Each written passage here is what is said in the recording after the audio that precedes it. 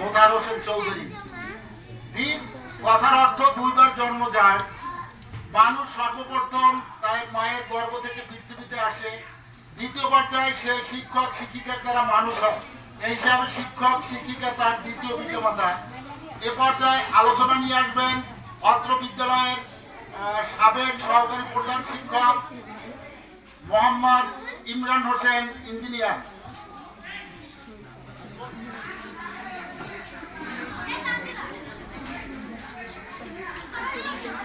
আসসালামু আলাইকুম ওয়া রাহমাতুল্লাহ। আপনাদের মাঝে কথা বলার যোগ্যতা বা পারদর্শিতা কোনোটাই হয়তো আমার নাই। আমি খুবই নগণ্য একজন মানুষ। তো মূলত এই স্কুলকে ভালোবাসি, এর প্রধান কারণ হচ্ছে এই স্কুলটাতে মোটামুটি প্রায় অলমোস্ট 5 বছর এখানে আমি ব্যয় করেছি। আর আমার জীবনের সফলতার যে সকল ধাপগুলো আমি বহন করেছি, যে সকল ধাপগুলোতে আমি পা রেখেছি, প্রত্যেকটা ধাপকেই আমি সম্মান করি। মানে একটা মানুষ সফল হওয়ার জন্য জীবনে যেই যেই স্টেপগুলো পার করে সেই স্টেপগুলাই তার জীবনের ধাপ। একটা মানুষের কাঙ্ক্ষিত লক্ষ্য যেটা থাকে সেই লক্ষ্যে পৌঁছানোর জন্য যে সকল অবলম্বন বা যে সকল ঢাল সে ব্যবহার করে সেটাই তার জীবনের ঢাল বা ধাপ। তো এই স্কুলটা ছিল আমার সেই রকমই একটা ধাপ। আর দীর্ঘ 5 বছর স্টুডেন্টদের সাথে থাকার কারণে এই স্কুলের প্রতি একটা মায়া বা মহব্বত আমার আছে। সেজন্যই কখনোই চাই না এই স্কুলটা নষ্ট হোক। আপনারা অনেকেই যারা এখানে দীর্ঘদিন যাবৎ হাউজিং এ বা আশেপাশে থাকেন তারা জানেন যে এই হাজী ফজলুল হক, রেবতী মোহন এবং পানি উন্নয়ন বোর্ড স্কুলের পরে সবচেয়ে প্রাক্তন স্কুল। কিন্তু অতি দুঃখের সাথে জানাচ্ছি যে এই স্কুলের বিগত সময়ে যে নিয়ন্ত্রণে ছিল, যে প্রধান শিক্ষক ছিলেন, তার ব্যর্থতার অনেক ধরনের রেকর্ড,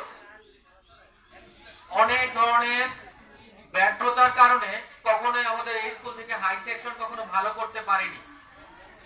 এবং আপনারা হয়তো অনেকেই জানেন যে আমাদের হাই সেকশনে কখনোই কোনো এ প্লাস ছিল না, ক্লাস 8-এও ছিল না, যার কারণে স্কুলটা সময়ের সাথে আগে যে সামনে এগিয়ে যাবে সেটা পারেনি। তো আশা করছি বর্তমানে যারা আছেন তারা স্কুলটাকে এগিয়ে নিয়ে যাবেন সামনে এবং আপনাদের সবাই এ ব্যাপারে সহযোগিতা করবেন। একটা স্কুলকে সুন্দরভাবে সাজানোর জন্য যা যা পদক্ষেপ নেওয়া দরকার সেই পদক্ষেপগুলোর আমি যদি পার্সেন্টেজ আকারে ভাগ করি, তার 50% যদি টিচারদের উপরে থাকে, বাকি 50% গার্ডিয়ানদের উপরে থাকে।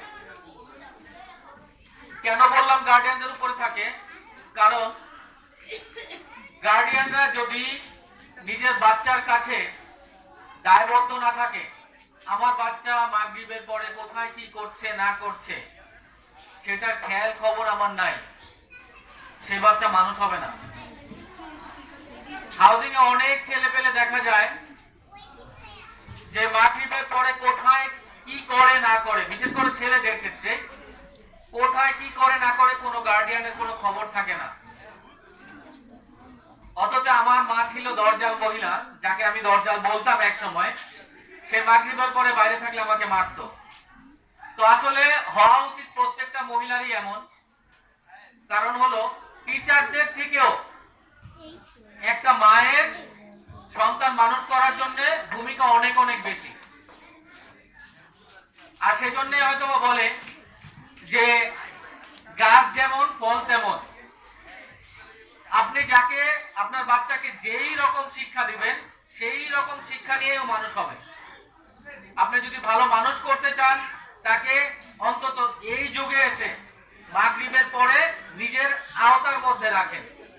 মাগরিবের পরে যেন বাইরে না যায়, মাগরিবের পরে যেন আপনার রুটিন মতো সে পড়াশোনা করে, আপনার দেখানো পথে যেন চলে, সেভাবেই সে হয়তো মানুষ হবে। আর একটা বিষয় হলো যে আপনারা সবাই মিলে সহযোগিতা করবেন টিচারদেরকে, যেন টিচাররা এই স্কুলটাকে ভালো করতে পারে এবং ভালো একটা অবস্থানে নিয়ে যেতে দিতে পারে। এবং সৃষ্টিকর্তার কাছে আমি আমার দোয়া এবং চাওয়া এটাই যে এই স্কুলটা যেন ধ্বংস না হয়। সবার সুস্থতা কামনা করে বিদায় নিচ্ছি। আল্লাহ হাফেজ। আসসালামু আলাইকুম।